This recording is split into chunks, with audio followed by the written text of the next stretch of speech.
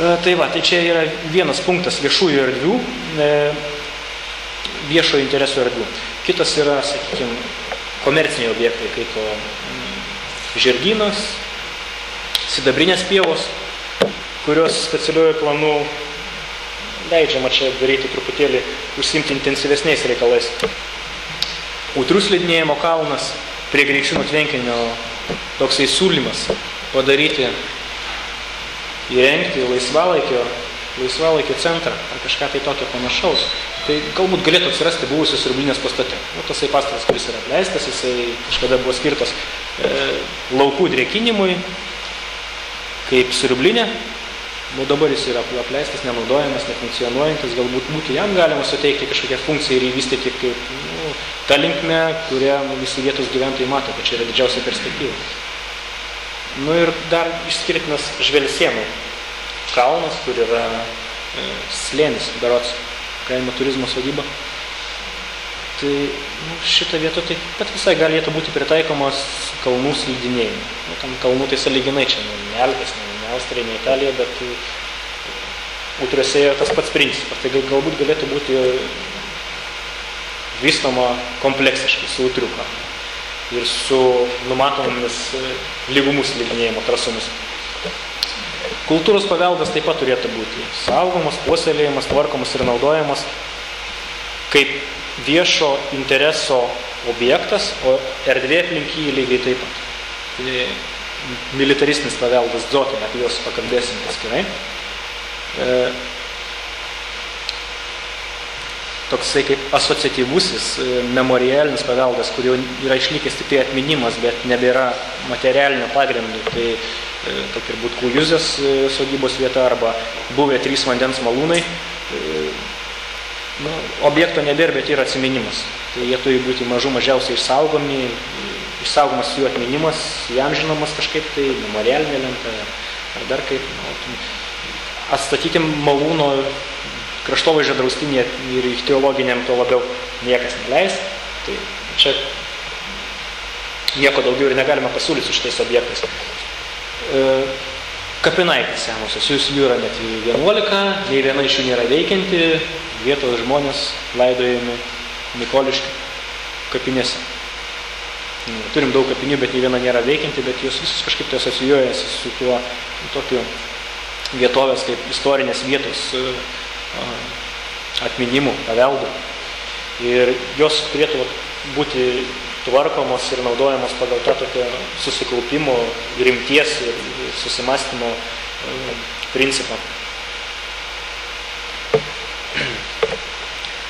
Objektai esantis, kiti rekreaciniai neturėtų jiems trukdyti. Tai čia jau viskas turėtų būti pasverta. Jeigu yra kažkokia tai poilsiavė, tai aš šalia kapinaitės, tai suderinti šitos dalykus reikėtų. Automobilių keliai. Atsiprašau, arbatos galima dar? Ne, šilta vandens.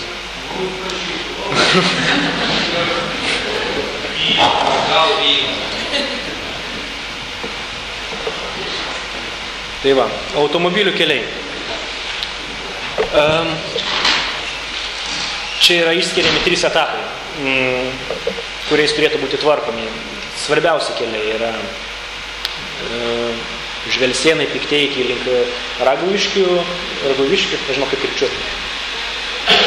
Palei Minį einantis kelias, jis yra ir automobilių turizmo trasa, ir tuo pačiu ir dviračių turizmo trasa, ir juo keliaudami galime apžvelgti nuostabius gamtovaizdžius. Todėl šitas kelias ir kelias vedantis link Mikoliškių turėtų būti tvarkomi prioritetų tvarka. Antras prioritetiškumas, jau sutvarkę šitos kelius, gali būti vystoma vidinė urbanistinių jungčių sistema. Tai kaip Mikoliškiai, Pikteikiai ir, galima sakyti, Lapiai, Ūtriai. Sudalinti ir funkciškai susijęti labiau tas gyvenvietės. O urbanistinės plėtros atveju galima būtų įjungti ir trečiąjį žiedą. Tai vat, sakykime, nežinau, čia labai jau mažas, sunkiai žiūrimas, bet pirmumo poreikis yra sujungti tas dabar esamas urbanistinės ašis, o jau kai urbanistinė plėtra vystysis ir plėsis į rytus, tada galima jau padaryti aplinkelį Pažvelsis Lapiai, Rudaičiai. Pagal tą patį principą vystomi ir dviračių takai, nes kol nėra, sakykime, asfaltuotas kelias, tai dviračių tako nepadarysim. Kai asfaltuosime kelią Žvelsienai Pikteikiai, tada galime galvoti ir apie tai, kad greta šito automobilių kelio turėtų atsirasti atskiras asfaltuotas takas skirtas dviračiams. Dabar sprendinių ir pasiūlymų įgyvendinimui visa teritorija bus sudalinta į atskiras sritis. Jos yra panašios į kaimų, tokias kaip administracinės ribas, bet jos netitinka. Jos vis tiek yra kažkaip tai labiau pagrįstos funkciniais ypatumais teritorijos. Ačiū.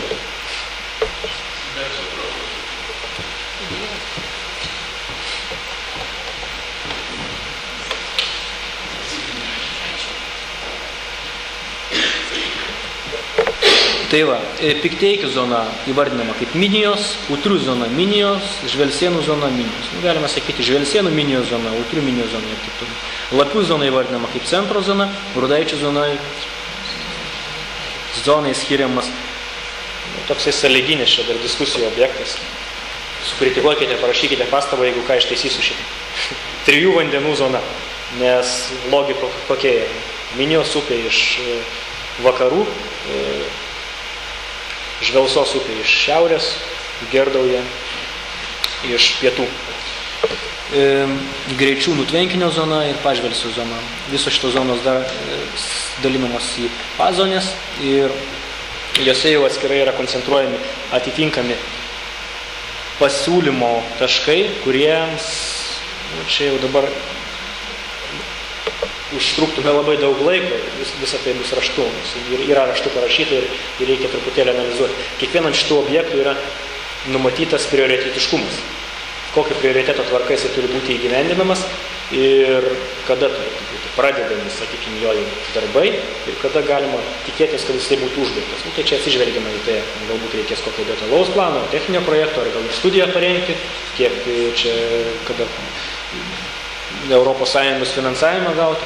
Tai logiškai yra numatoma. Pavyzdžiui, tam didžiajam Lapių parkui, kuris tikriausiai diskutuosite,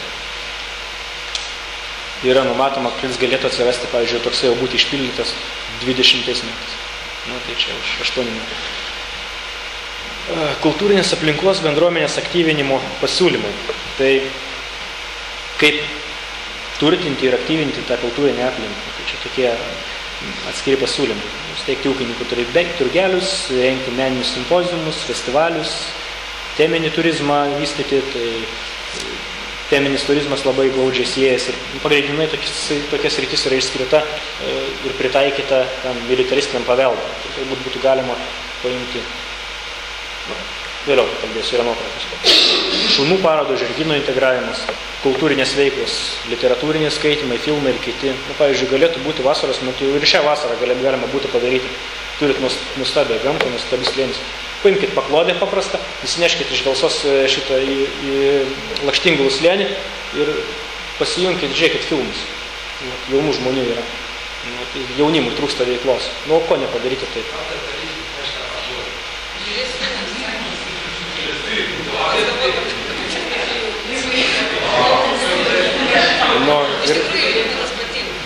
Ir vakare susirenka chebra ir pasižiūri filmą. Ne? Čia tiesiog toksai pavyzdukas, belekoks.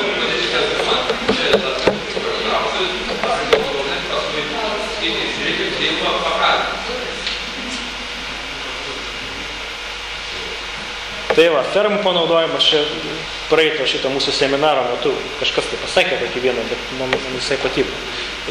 Senų ūkinio ar pramoninių patalpų jau nebenaudojama pagal funkciją, apleistų, pritaikymas kultūriniai veiklai. Šitoks dalykas, vadinami loftai, gyvenamos patalpos ir kūrybinės erdvės. Toksai dalykas yra aktualus ir labiausiai tinkamas miesto erdvėse, kurie brangus nekilnojamas turtas, tai menininkai keliasi į tos, sakykime, apleistus sandėlius, kur jiems pigiau yra išgyventi ir jie turi didelės kūrybinės patalpas ir erdvės.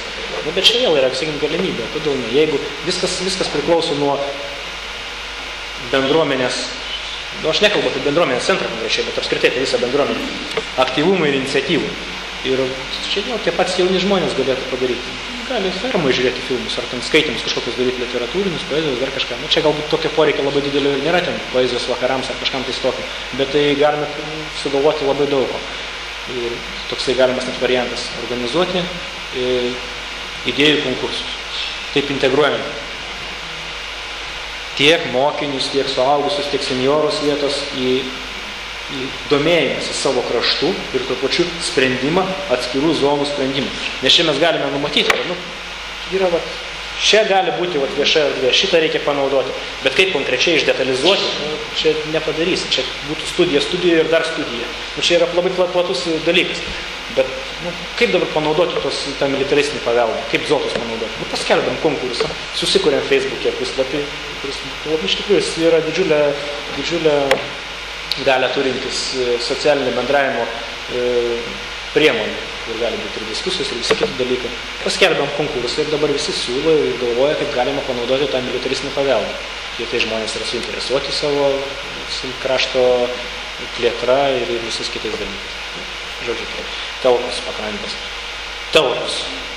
Čia vėliau bus nuotraukos, tai kai kurios iš šitų atskirai pakalbėsiu, o dabar dėl to, kurių nuotraukų nėra, tai trumpai žvelgiu. Telkos ir pakrančių tvarkymas. Teritorija urbanistiškai yra išvystyta sąlyginai. Čia nėra didmiesčio ar dar kažkokiu, tai nepilnai 1000 gyventojų gyvena šitai visai kadastrinė vietovė. O rekreacinių plotų, rekreacijai tinkamų erdvių yra begalės daug.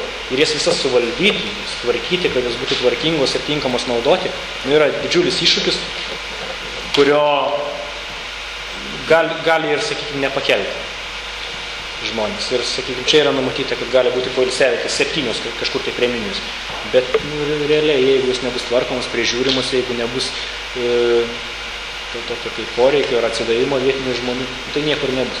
Tai siūloma rengti talkas, pakrančių, ne tik švarinimo, bet ir gali būti talkos, kurių yra tema, tarkim, savaiminių menkaverčių želdinių šalinimas ar kažkas tokio, pakrančių tvarkymas. Kur būtų dalinama kareiviška ruošia, po to būtų rengiamas vakarojant. Kažkokie tai žaidimai, kurie įtrauktų tos žmonės į šitą tvarkymą ir palaikymą tų erdvių, kurias mes norime turėti kaip viešas erdvės ir kaip produktyves rekreacijos zonas. Tai va, festivalių dalykai.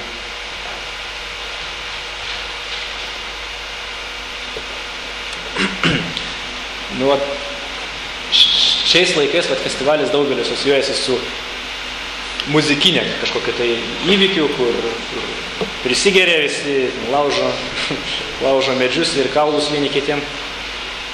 Bet tų festivalių būna visokių. Čia dabar kampe matome festivalio Be Together Radviliškėse vaizdelį, o kairėje matome Japonijoje vykstantį gėlių festivalį. Apačioje matome paukščių mylėtojų festivalį, kur žmonės susirenka 3 dienoms, jie tenais gyvena ir varo į mišką, stebi paukščius, pasiema valtelis, su valtelėm plaukia ir stebi tos paukščius. Tokie intereso grupė. Mes čia turim, taigi šitą paukščių apsaugai svarbią teritoriją Minijos upė. Tai šitą galima irgi išnaudoti.